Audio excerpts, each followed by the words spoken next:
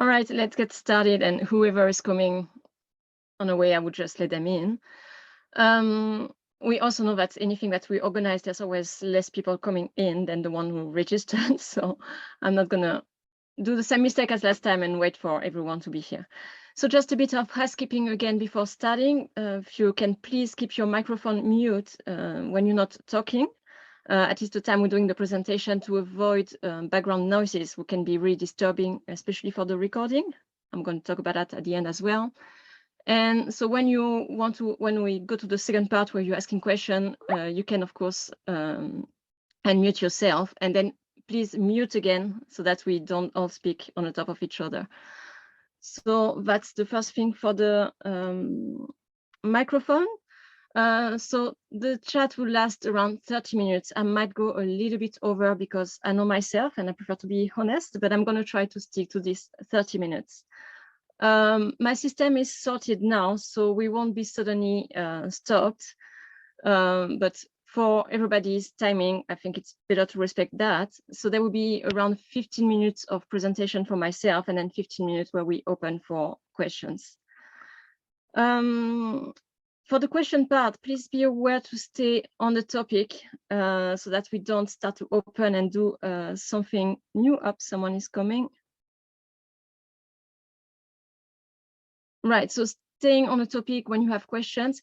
If you have anything special that you would like to ask that is a bit more personal or a bit off topic, or if you want to request a topic for the next session, you are more than welcome to email me and I will always answer. So yeah, try to, if you have questions coming in, I don't want you to feel frustrated and not ask them. Sorry, I'm letting people in, but yeah, it will be better in email. Like this I can answer as well privately. And also in this question at the end, I will not be able to answer to personal requests or give personal advice. I just want to remind everybody that this is just for information. So we're sharing information here, and it's not coaching session, which I'm doing in a different setting. So for the one who just joined, I've actually been repeating the housekeeping line that I've been putting in email as well, but I prefer, again, to make it clear for everyone. I just remind now to be sure not to forget anything. So for the recording of this session, I am recording it for me to keep track of what is said. But if I want to share it, if someone is asking for it, I will first need your authorization. So if there's any one of you who don't feel comfortable sharing the recording, please let me know. The same, you can email. I can also cut the part where you are talking, so we can find arrangement like that. I will not just share it like I did last time for the one who were here. It will need to be requested. So if you want it, you need to ask me. If someone who couldn't attend wants the recording, he will have to ask me, but to share it, I will first need your agreement, all of you. So yeah, I think that's pretty all for today. Anybody else coming in? Quite nice to see some new faces. So the topic this month is about physical exercise, and I prefer to be honest with you from the beginning. That's not my favorite subject at all. As a kid, I was always the one getting the ball on my face, so I have a story with sports which is not really a love one. But when we learn the science behind, it's getting actually extremely interesting. So benefits, up as to that as well, or dangers. There's both, like always, as I say, in any of these monthly chat that I will be doing every month, of course, there will never be an answer of yes or not. It's good, it's not good. It will be always, it depends, and there's a bit of both. The idea is in all that to find the balance. Just a little thing, housekeeping as well, as you can hear from my accent, originally from France. So if it's getting hard for you to understand me, you can use the chat box as well and tell me to slow down, especially that I'm also quite a shy person. So I tend to speed up in my speech to, yeah, kind of get rid of it, but I can deal with that. So please interrupt me and telling me to slow down if I'm going too fast. So let's start with the danger of physical exercise. I think the main one, and that's something that actually has been reported for me, is of course when we have struggle with balance and coordination, is the risk of fall. Risk of fall and the safety around exercise. So of course, we don't want to add injuries and take any risk that could be linked to something that we're trying to do for a good, and at the end, putting ourselves at risk.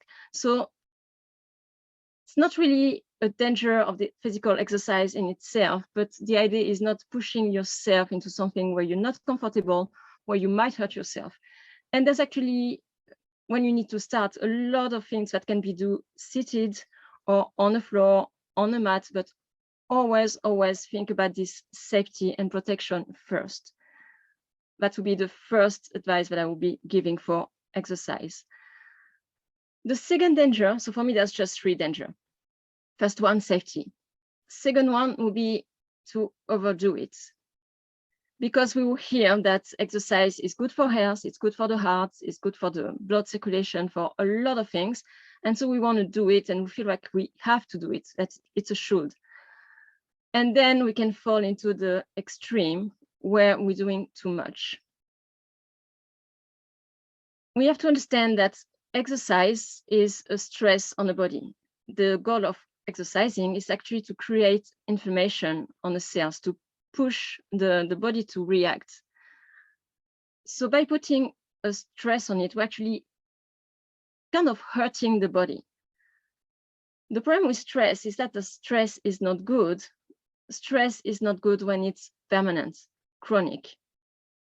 But acute stress, a really short-time stress, can actually help the body to get stronger, to rebuild itself. So that's the idea of the exercise, is actually putting just enough stress on the body to get the benefits that we're going to see shortly, but not too much to the point where we're actually, again, hurting ourselves. So that's a bit going back to the safety and fall. It's being careful to always play the safety card of not doing too much. And linked to that, the third danger, that will be not allowing enough rest. Because what we have to understand when we're creating this stress on the body through physical exercise is that the time the body actually grow and repair is during the rest. So there is no point doing, again, too much, going really, really hard, and every day, I don't know for how long, if you're not giving the time to the body to rest, because that's actually when the work is happening. So exercise is great, whatever the type you're doing. It can be something extremely intense or going for a simple walk or some stretch, but you need to allow the same time you're allowing for the exercise itself, you need to allow that as a rest. So I'm not sure if we can really call that danger. That would be for me more precaution. And when we know that we have these 3 limits of safety, not doing too much, and having some rest, then it's only benefits. Exercise is actually the best drug in the world for the brain and brain health. There's one pill for free, it's called exercise, and that's the best one for mental health. So what are the benefits of exercise? I'm going to take a breath first and slow down. So the first part, as I say, with this stress and inflammation that we're creating on the body is, of course, the fact that we are rebuilding and growing cells. So there's something kind of chemical happening in the body where, I don't know how to explain that because that's a bit scientific and I don't want to go into too much science in this talk. I just want you to get out with some information that will just help you to understand why you're doing things or not. But when we're exercising, the body produces what we call BDNF, which are molecules that help the regrowth and repair of cells. And it's not happening only where we are exercising. So if we're lifting and working on our arm, the cell regrowth and repair is happening in the arm, of course, but not only. It's really molecules that going all over the body and rebuilding cells everywhere, which means we're actually also repairing the neurons, the brain, spine, absolutely everything. It's kind of a way to regenerate the body. So through that, as we, again, if we're exercising just the arm, we're actually rebuilding new nerves pathway, which is really interesting with MS, is that exercising, it's also rebuilding communication between the nerves. And if there's some communication that are broken, we can actually train the body to create another route. So we really have to think about, I'm deviating a bit, but I love this idea of neuroplasticity and the fact that the brain and the body are not set in stone. Like, it's not something that we're having and grow until we are 20 years old, and then it's done, we just keep losing. No, it's something that we can build all our life, and it's growing and changing, and yeah, shape, form, everything is moving all our life. So anytime we can still act on that. And exercise is one of the best way to reshape the brain, create new cells, create new pathway.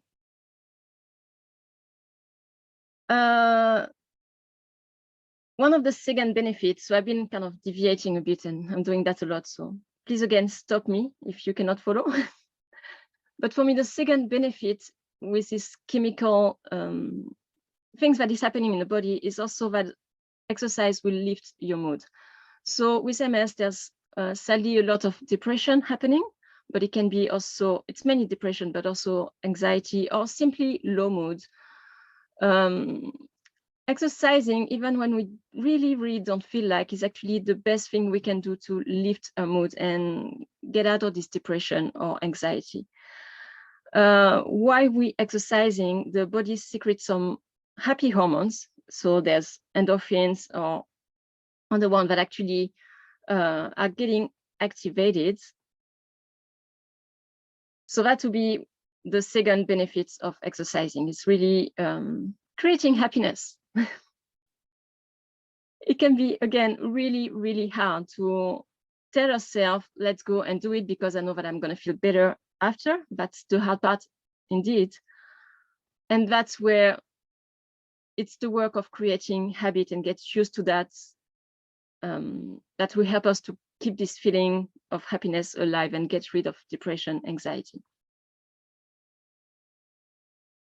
The third benefits, I kind of already talked about that with neuroplasticity, but that would be simply brain training. Again, as I said, exercising or movement is the best drug ever for the brain. And so we're rebuilding this pathway, this neuroplasticity, and we actually teaching ourselves by doing new movements or even the same one every day, but especially when doing something new, we actually teaching the brain to learn something new. So maybe an advice, but when you're exercising, try not to do the same one every day, or to do a bit different. Like not starting, if you have your routine, for example, I have my yoga routine every morning. I know that I like to do this exercise in a certain order, but sometimes just to kind of shake me up a bit, I will try to do in reverse or to change or to add something new. But that's the way the brain is actually learning. So it can be also going for a walk every day. Maybe one day you take a different route. So that just idea like that, but the idea of moving, especially moving in a new way and different way, is the way to train the brain again. And finally, there's certainly more, and we can talk about that, but finally, the fourth benefit for me, and it's actually my favorite one because we don't always think about it, but for me, where exercise is really magical and movement is magical, is to remove toxins. So we know that with I might start with something else, the little difference between physical exercise and movement. Physical exercise will be something that you voluntarily plan. That will be your yoga session or your walk that you're doing every Monday, or catching up with friends for a run the same day of the week. That will be physical exercise because it's planned, it's scheduled. Movement is actually all that you're doing on an everyday basis. So it's just walking from one room to another in your house. It's going outside for gardening, or do your shopping as well. That's involuntary. So that's all the what we call bodily movement. And that's as important as physical exercise. That's the movement actually that help the detoxification process in the body, with exercise as well, but movement in general. So how does this happen? Of course, there's the fact that we are sweating. Sweating is the skin is actually the biggest organ on the body to remove toxins. So that's where we're expelling everything. That's kind of a logical one. And of course, that's a great and efficient one. It can also be done in a sauna for the one who don't want to exercise. So there's other benefits in the movement itself than just sweating. We have two circulation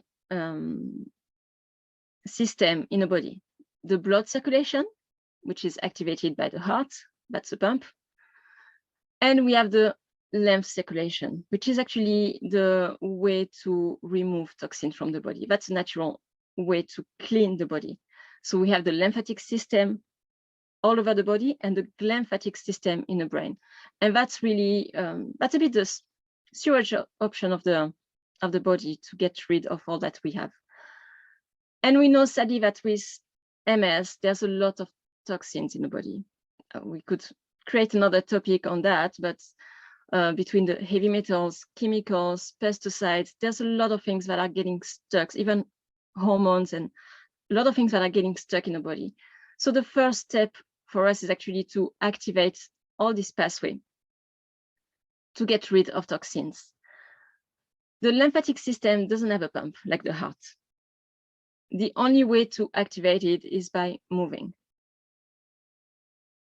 That's how the fluid is going on in the body. And that's why sitting, we became sedentary, and we are all of us sitting here, I can see. We're spending a lot of time in front of the computer, sitting, and that's unfortunately blocking all the system of all the lymphatic system. So even just going for a stretch, a walk, is a way for you to activate that. And I don't know for you, it will all be a personal feeling for that. But for me, the day I realized that, that's actually what pushed me to move more, really. Because I had in my head that, okay, I'm actually getting rid of all that because I'm moving. If not, nothing, everything is staying. Everything is stagnating. And the other part, so there's the lymphatic system, but there's also the vagus nerve. So the vagus nerve is the biggest nerve that we have in the body, going from the bottom of our spine up to behind the neck here, behind the ear. And so that's really what links the body, the brain, to the rest of the body and all the organs. And it's going absolutely through all the organs in the body. And this vagus nerve is also, so it's really the communication highway in the body. That's where everything is going, all the chemicals, neurotransmitter, hormones, absolutely everything is going through that. And it's connected to all the organs. So that's really how the body communicates with everything. And this nerve can get stuck as well, blocked with toxins. And again, the best way to get rid of toxin and get the circulation going in this nerve is through exercising. So stretching your spine, like, I know that not everyone could be into yoga, but there's a movement that is used actually even by a personal trainer, which is the cat-cow movement. And it's just about getting the spine, so on your arms and legs, and moving your spine, getting your spine moving. And that's how the vagus nerve is getting activated. So that's for me, my short presentation. I say the 3 danger, which is more precaution, and the 4 benefits. Yeah, it's almost 20 minutes, so I'm gonna open now for question. I don't know if anybody wants to add something, say something. Feel free to unmute yourself and jump in. Could you just repeat the name of the nerve? The vagus nerve. Vagus. Okay. Yeah, V-A-G-U-S. Thank you. You're welcome.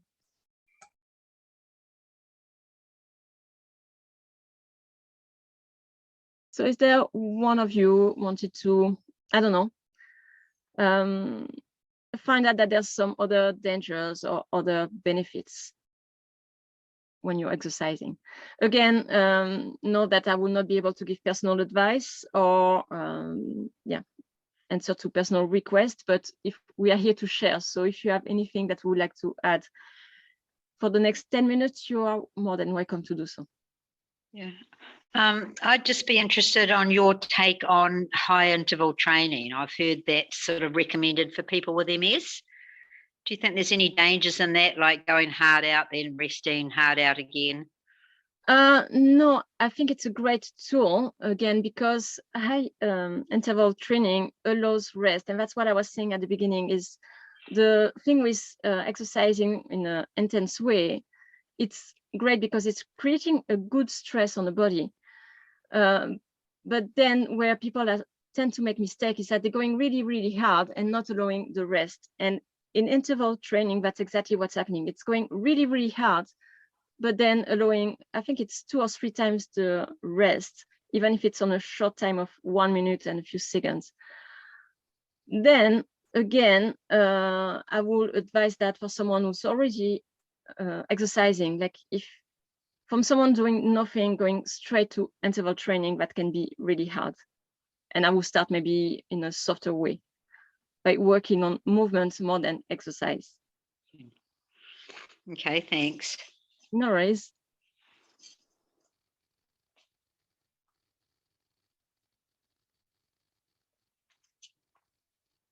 Any other questions?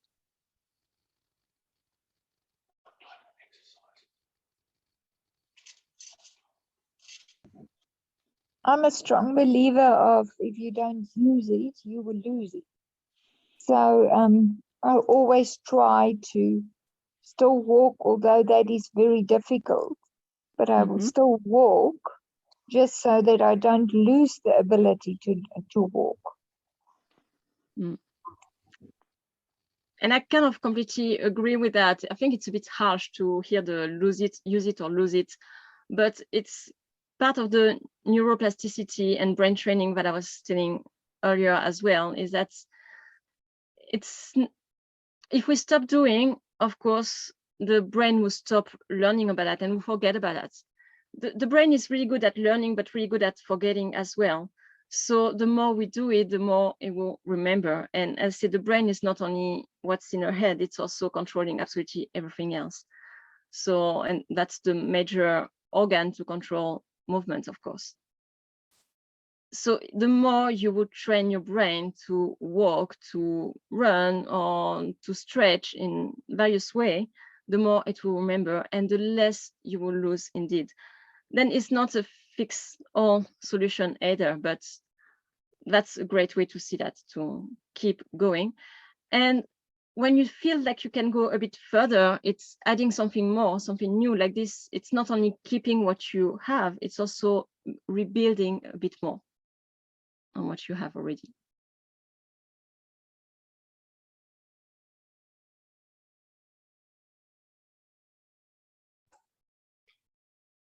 So would that be the same thing as like muscle memory when they talk about muscle memory?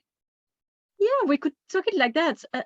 I say we really have to see the body as a whole, and the muscle a memory, but the whole body as a memory. Okay. And I will maybe illustrate that in a different way, but when you had an injury, maybe on your wrist at a young age, even if everything is fixed correctly, you know that later in life you might remember it with arthritis. That's where it's going to show up first. So yes, the body, everything, organs, muscles, everything in the body has a memory, not only the brain. And that's why everything is connected. That's why training the muscles will also train the brain. Okay, thank you. No worries.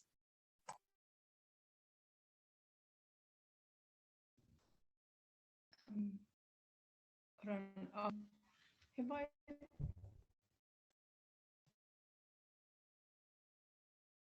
Cannot really hear you really loud, but yeah.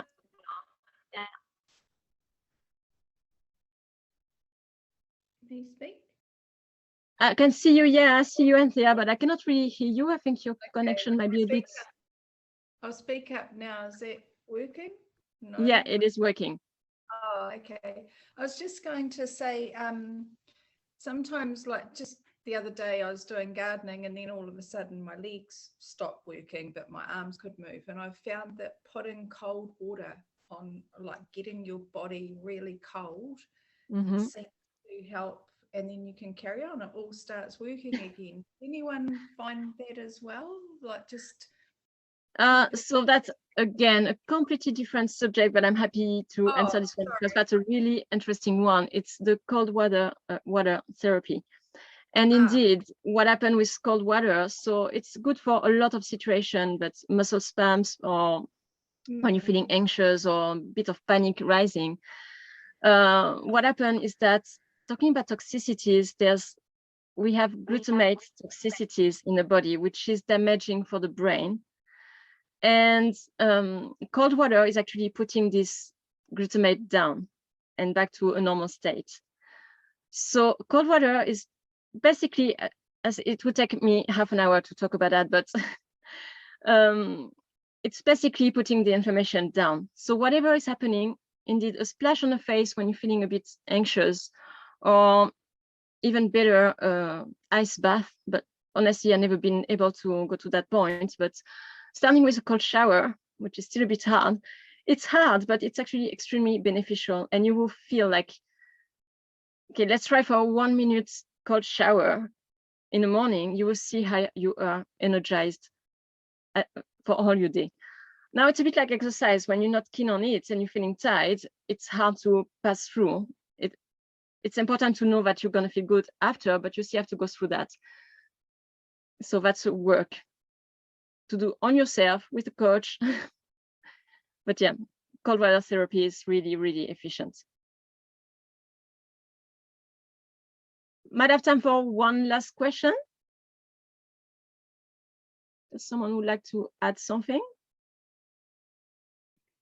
Can I just make a comment? Sure. Yeah, I've just with my own disease progression, etc. What I've found really helpful was just doing things like for 20 seconds. So when you like high interval training type stuff, I just started off with just doing a faster walk for 20 seconds, and then 20 seconds slower, and then and just start really in small increments. And the same with the cold water as well. At the end of my shower, I started with 20 seconds and slowly building it up. Yeah. So it doesn't have to be a huge big jump to 1 minute or 2 minutes or 3 minutes straight away. Exactly. And that's my philosophy too. It's baby step. Yeah. And one step at a time. Like, don't try to suddenly go do some interval training and cold shower on the same day. No, decide on one thing for 20 seconds. Really, really good advice. Thank you for that advice. I can do that, but I was thinking 1 minute under a cold shower? No. No, 1 minute is actually quite hard. I think I started with 30 seconds. So 20 seconds, 30 seconds. Yeah. It gets easier. And I even, even putting a timer, but yeah, that's a hard one. A really, really good one, but hard one. All right, well, thanks a lot, everyone, again. Just to let you know that this monthly chat are happening every last Wednesday of the month. I don't have the title yet, but the next one will be on the 29th of June, 10 a.m. on a Wednesday again, and that will be about sleep. So I don't know yet what I want to talk about. There's a lot of things to say about sleep as well, and that's one of my favorite subjects with food. Actually, all subjects are my favorites. I love to talk. And yeah, so don't forget to, if you want to register to my newsletter, it's also just once a month. I'm not invading your inbox, but at least you're getting all these informations of when are the next events, what's happening, and I always try to following the chat that we're having. That's also something I'm writing about. And when I can, I add a little recipe in it or anything I can be goodie for you. So yeah, thanks again, everyone. We've been sticking to the time. For the recording again, please, if I can ask you to all send me an email saying yes or no, you're happy with the recording, and if you want it, before I share it. But in any case, if one of you disagree on the recording, I will cut this part or even cut the part where we're all chatting. All right. So I see you next time. Thank you. Thank you. Bye. Bye. Thank you.